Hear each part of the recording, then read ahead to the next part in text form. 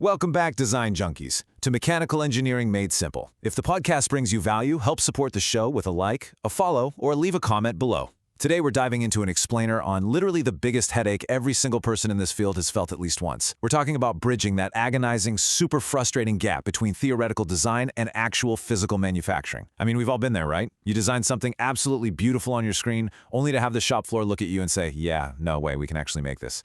Well, today we're going to fix that. So why do engineers and machinists always seem to clash? To hook you in right away, let's look at the core conflict here. It really comes down to a fundamental friction between two totally different worlds. On one side, you have the engineer's perfect CAD design. It's this theoretical utopia where dimensions are absolute, everything fits flawlessly, and things like tool chatter just don't exist.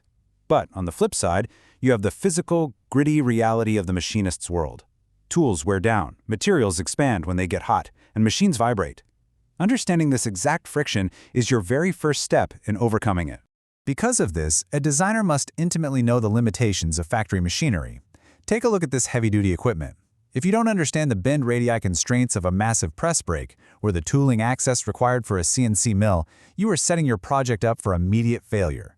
Designing parts that look awesome on a monitor but simply can't be produced practically or economically using the available equipment is, honestly, the ultimate rookie mistake.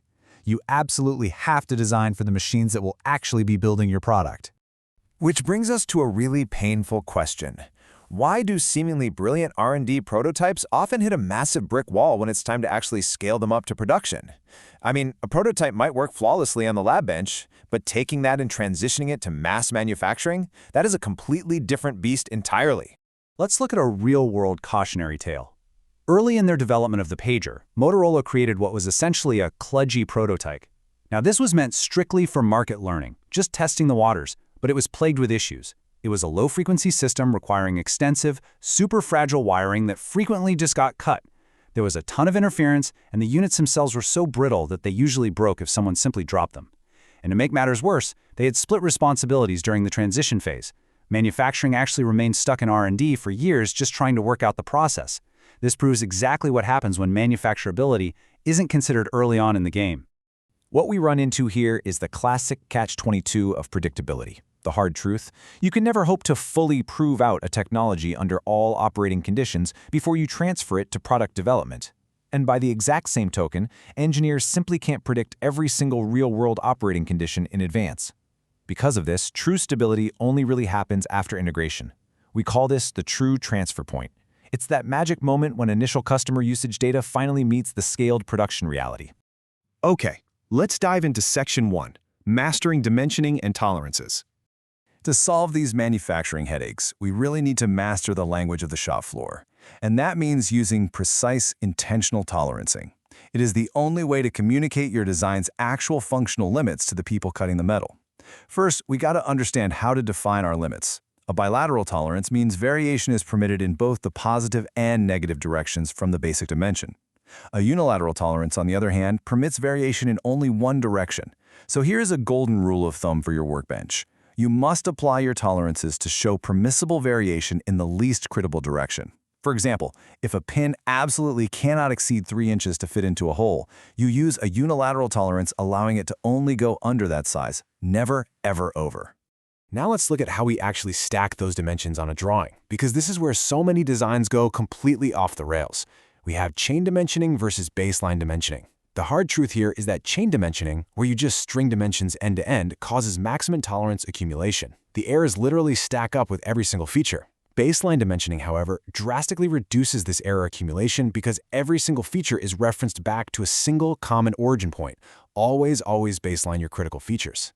And to communicate this effectively, standard geometric symbols, whether you're using ANSI or ISO, must be used. They are the universal language of the shop floor. Arbitrary selection of a general tolerance across an entire drawing? Massive mistake. It causes terrible fit problems on the finished product and forces the shop to basically just guess what you actually meant. Notice how feature control frames balance these tolerances to the part's function. Listen, every time you tighten a tolerance, you are adding serious costs to the manufacturing process. Therefore, your tolerances must be perfectly balanced to the actual physical function of the part. Look, if a surface just sits out in open air, it doesn't need a precision machined flatness callout, right? Save those tight tolerances for your actual mating surfaces. Moving right along to Section 2, Axiomatic Design Matrix Solutions. I'm going to give you the ultimate engineering cheat code for design predictability, axiomatic design. The foundational rule here is Axiom 1, also known as the independence axiom. This axiom states that you must maintain the independence of your functional requirements. In plain English, this means your functional requirements must be uncoupled from one another. If adjusting the thickness of a part to make it stronger simultaneously messes up its heat transfer properties, well, your design is coupled, and that's going to be a complete manufacturing nightmare down the line. Let's look at this as cold, hard math. When we map our functional requirements against our design parameters, we generate a matrix. If your design is perfectly uncoupled, your variables will form a diagonal structure. That's A11, A22, and A33 as the only non-zero elements. This diagonal matrix mathematically proves your design is stable. A triangular matrix? That means it's decoupled, which is manageable if done in the exact right sequence. So A21, A31, and A32. But a full matrix with elements like A12, A13, and A23, that means everything affects everything else. That is a deeply coupled, highly unpredictable design. And this brilliantly illustrates what we're talking about. Visually mapping functional requirements to design parameters makes it crystal clear. In the uncoupled design at the top, it's a super clean one-to-one relationship. In the coupled design at the bottom, it looks like a messy plate of spaghetti. If you want a smooth transition to the shop floor, you really need to strive for that clean, uncoupled design matrix.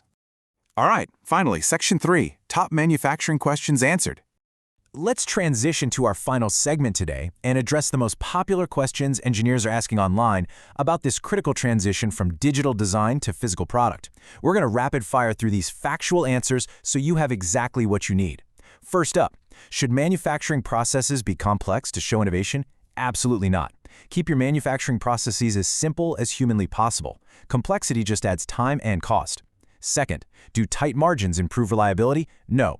Deliberate excess strength, meaning designing to withstand stresses way higher than anticipated, is what actually reduces failure rates. And third, are tolerances always bilateral? No. While you can use them for non-mating surfaces, on your actual mating surfaces, your tolerances should generally be unilateral to absolutely guarantee a proper fit.